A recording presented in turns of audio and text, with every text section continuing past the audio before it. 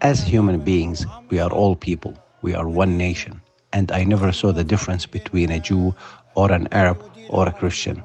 We're all human, no matter what. Yosef El-Ziadna, a Bedouin Israeli father of 7 and a minibus driver by trade, saved dozens of people who were fleeing for their lives on the morning that Hamas daringly infiltrated southern Israeli communities.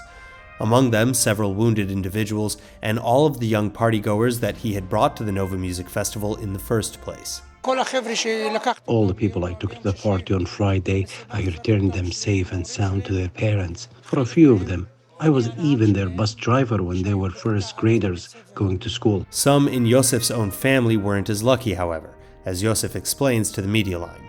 Overall, 21 Bedouin Israelis were killed by Hamas, including Yosef's friend Abdel Nassasra, who was shot dead on the way to save people at the Nova Festival, and Yosef's 29-year-old cousin Abdul, who was camping near Zikim Beach, some 2 miles north of Gaza.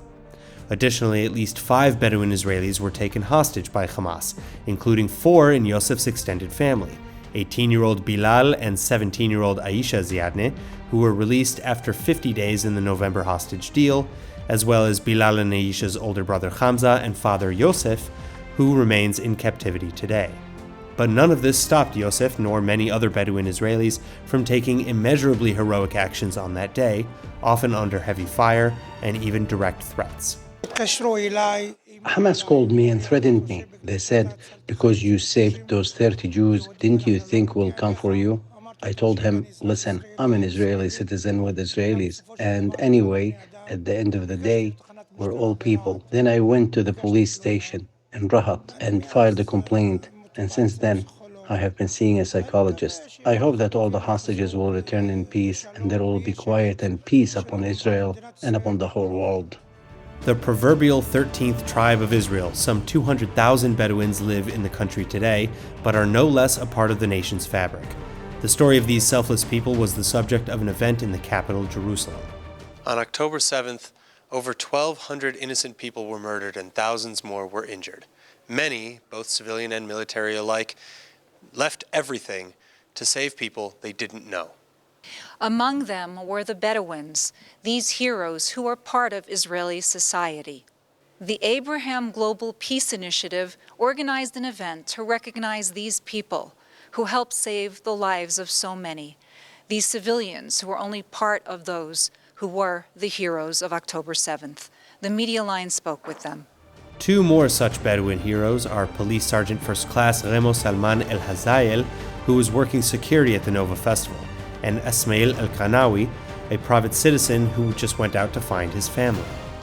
At 6:30 it all started, and it was like hell. You start to evacuate everyone from the party, Nova party, and after that we start to hear shootings that coming closer and closer to us until they came in front of us, and we have a short fight with them, and we see that we cannot hold them anymore.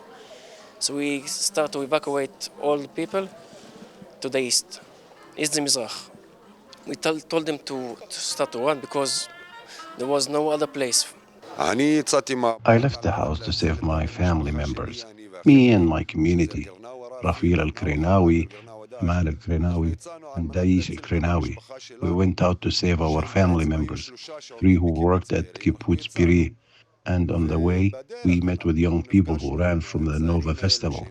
The first thing we did was give them help, all the help we could give. I am looking for a car. This is the first thing that I'm looking for.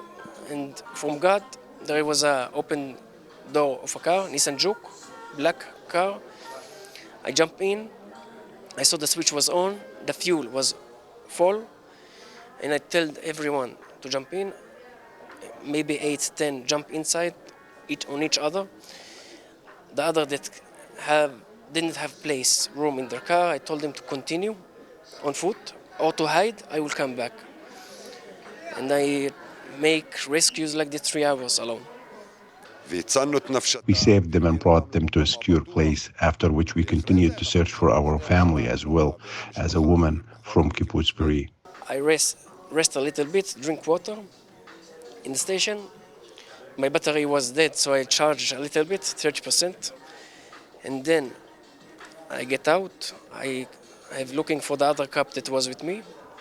I understand that he has gone with the other officers to continue the rescue. So I get in this, inside the civilian car again, the Nissan Juke, and go back to the party. And what I saw on the road was, you cannot explain it. It was like a dead zone. A lot of people were killed in that area on the road. And each time I go further to the party, more dead people. The Bedouin community that I've met, that I understood what they did on October 7th, such selfless acts of heroism, of valor. They went into the Nova Party, they rescued people, they warned the IDF. Many of them have suffered post-trauma, suffered losses in their own family, in their own community. And it's so important for Israeli society, I think, and for the diaspora Jewry to recognize this incredible effort. And so this is today a start of that effort. And I'm glad that we can tell the story now publicly. Addressing the room at the Friends of Zion Museum in Jerusalem, former Israeli President Reuven Rivlin was compelled to speak, saying that while the Bedouin people are more nomadic than they are nationalistic, and that there is still work to be done towards unifying the peoples of Israel, Israel has worked hard to make the Bedouin feel at home, and that the Bedouin are an equal and inseparable piece of the greater Israeli landscape. They are not Egyptians, they are not Jordanians, they are not Palestinians even. They are part of the Israeli community. They are not living in nations. They are living in tribes, and everyone belongs to his own tribe. But they know that the state of Israel is part of them, and they are part of the state of Israel, and it should be like that. Former Shin Bet Security Agency head and current Minister of Agriculture Avi Dichter also showed up to honor the community he knows well. No one in Israel even knows how many Israelis are alive today thanks to you. I bet you don't even know, because you rescued without keeping score. You didn't count, you didn't ask for ID, you didn't ask if they were Bedouin or Jewish, foreign or Israeli, man or woman, soldier or civilian. You just went into that hell to pull people out. And once you got out, you knew exactly what you were returning to, but you returned anyway. Then comparing their heroism to that of the IDF following a historic rescue operation in the Gazan city of Rafah that morning, in which 2 Israeli hostages were saved, Dichter says that the Bedouins were arguably braver, because they didn't have bulletproof vests or any sort of support from above. And in spite of it all, to go in and save people, people who are scared, people who are injured, people who don't know what's going on around them, and you saved them and you took them somewhere that you knew would be safe. In Hebrew, there's only one word for this: heroism. Meanwhile, on hand to bestow the glass sculpture awards to the courageous Bedouins was Oz Davidian, the Israeli hero who himself saved 120 people on October 7th. And when asked whether he'd seen the Bedouins in action on that devastating day, Davidian told the media line that of course he had. Yes, I saw the Bedouins. I also met with them during the rescue. They saw me rescuing, and I saw them from where they were taking people back and forth. And this day also hurt Bedouins, not only those who were rescued. There were also Bedouins who sat with their sheep near the border, who were fired upon by Hamas. They were murdered, and their herd was stolen. There were Bedouins who worked at the kibbutzim and were kidnapped and murdered too. The terrorists didn't differentiate along the way if their victim was Bedouin or Jew, rich or poor. They just fired on anyone who was there, and yes, the Bedouin were hurt, the same as everyone. As you heard, 21 Bedouin killed, 5 kidnapped, and many more injured. They're just heroes, heroes of Israel who fought with us shoulder to shoulder that Saturday, from early in the morning until late at night. Highlighting the heroic actions of the Bedouin community was the topic of the day. But unity also was something that many spoke of. Recognition of the Bedouin community amongst other Israelis. Ruth Wasserman Lande, former Israeli parliamentarian, CEO of Ruth Strategic Consulting, and MC at the event, expressed this ideal in her opening remarks, saying, "We are not just here to celebrate or express joy, but to recognize the acts of the Bedouin community, a shining light in the darkness, and that we must not forget the strength of unity between Arab, Jew, religious, secular, everyone." Her words were echoed by everyone. We are not doomed to live together. It is our destiny to live together. We are destined to live together.